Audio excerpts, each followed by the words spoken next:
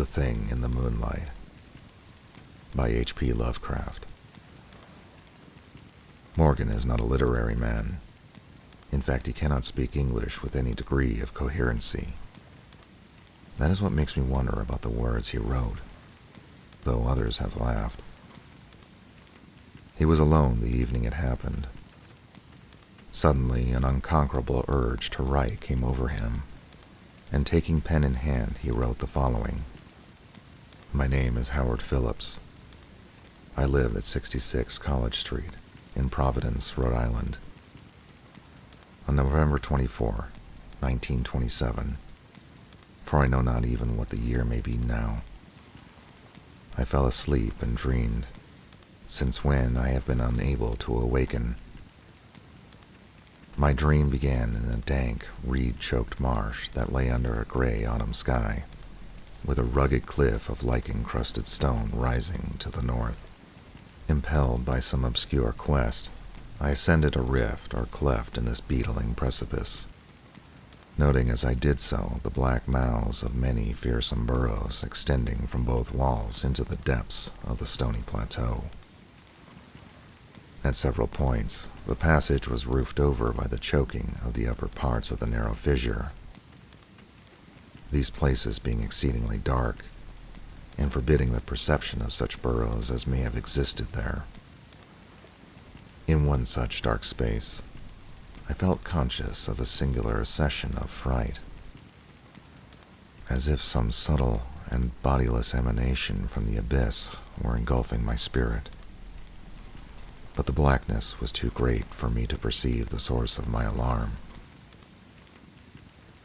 At length, I emerged upon a tableland of moss-grown rock and scanty soil, lit by a faint moonlight which had replaced the expiring orb of day. Casting my eyes about, I beheld no living object, but was sensible of a very peculiar stirring far below me, amongst the whispering rushes of the pestilential swamp I had lately quitted. After walking for some distance, I encountered the rusty tracks of a street railway and the worm-eaten poles which still held the limp and sagging trolley wire. Following this line, I soon came upon a yellow, vestibuled car, numbered 1852, of a plain double truck type common from 1900 to 1910. It was unattended, but evidently ready to start, the trolley being on the wire and the air brake now and then throbbing beneath the floor. I boarded it and looked vainly about for the light switch, noting as I did so the absence of the controller handle, which thus implied the brief absence of the motorman.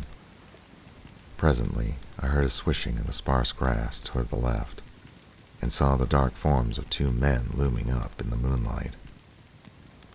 They had the regulation caps of a railway company, and I could not doubt but that they were the conductor and motorman. Then one of them sniffed with a singular sharpness, and raised his face to howl to the moon. The other dropped on all fours to run towards the car.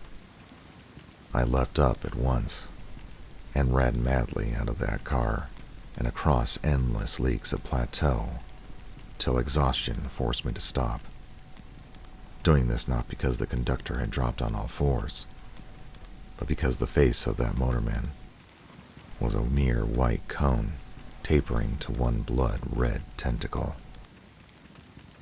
I was very aware that I only dreamed, but the very awareness was not pleasant. Since that fearful night, I have prayed only for awakening. It has not come. Instead, I have found myself an inhabitant of this terrible dream world. That first night gave way to dawn, and I wandered aimlessly over the lonely swamplands. When night came, I still wandered, hoping for awakening. But suddenly I parted the weeds and saw the ancient railway car, and to one side, a cone-faced thing lifted its head and in the streaming moonlight howled strangely. It has been the same each day. Night takes me away to that place of horror. I have tried not moving with the coming of nightfall, but I must walk in my slumber. For always I awaken with the thing of dread howling before me in the pale moonlight, and I turn and flee madly. God, when will I awaken? That is what Morgan wrote.